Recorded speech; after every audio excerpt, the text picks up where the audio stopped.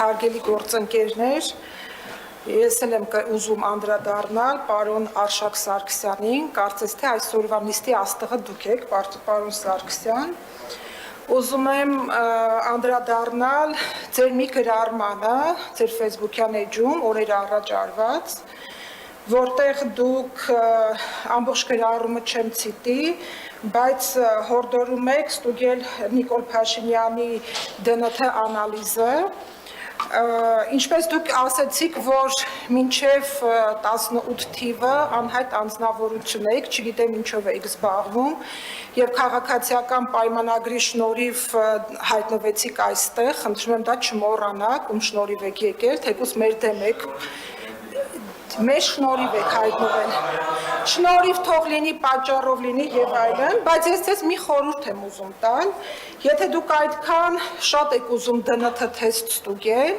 ես ձեզ ասեմ ում ԴՆԹ թեստը ստուգեք, 1990-ականների վերջերից մինչև օրս, եթե դուք ժողովրդի շրջանակներում հարցում անեք, թե ով է Ռոբերտ Քոչարյանը, ձեզ բոլորը կասեմ, որ նա թուրք է եւ ալբանացի, իդեպ ալբանացի տերմինը ինքն է օգտագործել, շատ մեծ մի րոպե, լռեք, Տիկին Սուսաննա, ձեզ էլ կանդրադառնա, ձեզ էլ կհիշեմ, շատ մեծ կապ ունի, շատ մեծ կապ ունի, Պարոն Սարգսյան, իմ ասածը շատ մեծ կապ ունի, որովհետև եղբայր, Պարոն Սարգսյան,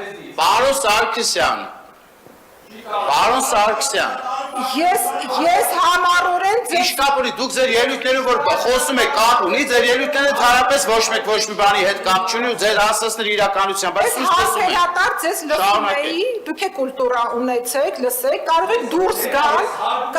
դուրս գալ, որքան էլ դուք փորձեք հերքեք, փաստը ակնհայտ է, որ դուք ձեր քաղաքական հայրը Ռոբերտ Քոչարյանն է, Եվ ես ձեզ խորհուրդ եմ տալիս հարցում անել եւ ԴՆԹ թեստը հենց Ռոբերտ Քոչարյանին ստուգել, մի մարդու, ով ոչ հայր մերը գիտի, ոչ էլ եկեղեցի մտնելուց խաչակն քվել գիտի։ Ժողովուրդ ջան, ես ստիպված կլինեմ անկեղծ դահլիճից հեռացում պահանջել, որտեղ չեք թողնում։ Առաջարկում եմ ձեզ ստուգել մի մարդու ԴՆԹ, ով գույք պարտքի դիմաց հանձնեց ռազմավարական նշանակության օբյեկտները, առաջարկում եմ ստուգեք մի մարդու ԴՆԹ, ում իշխանազավթության օրոք ամենամեծ արտագաղթն է եղել Հայաստանի Հանրապետությունում։ Դուք էլ չգիտեք, ստուգեք այն Պարոն Սարգսյան, պետք է խնդրեմ լքեք դահլիճը։ Պարոն Սարգսյան, դուք գրել եք հանրային, ես էլ իմ արձագանքն եմ տալիս։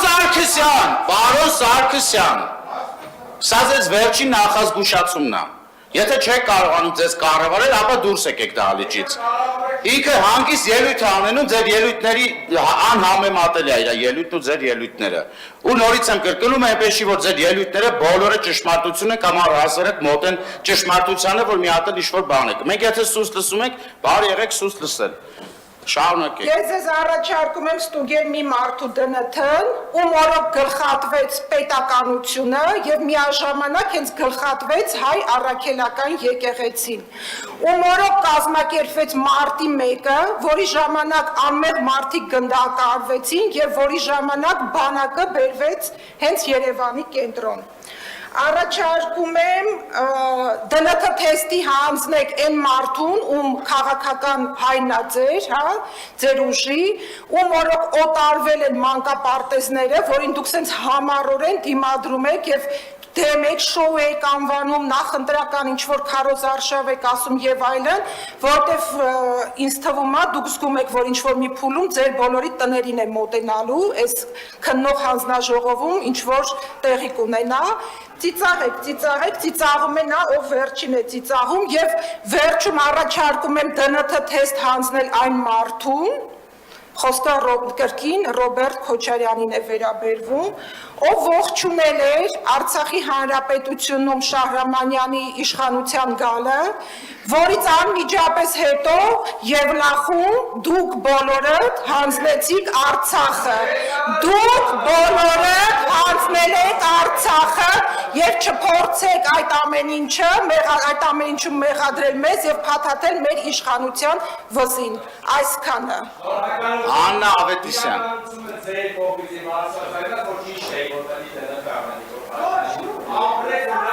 Պարոն Սարգսյան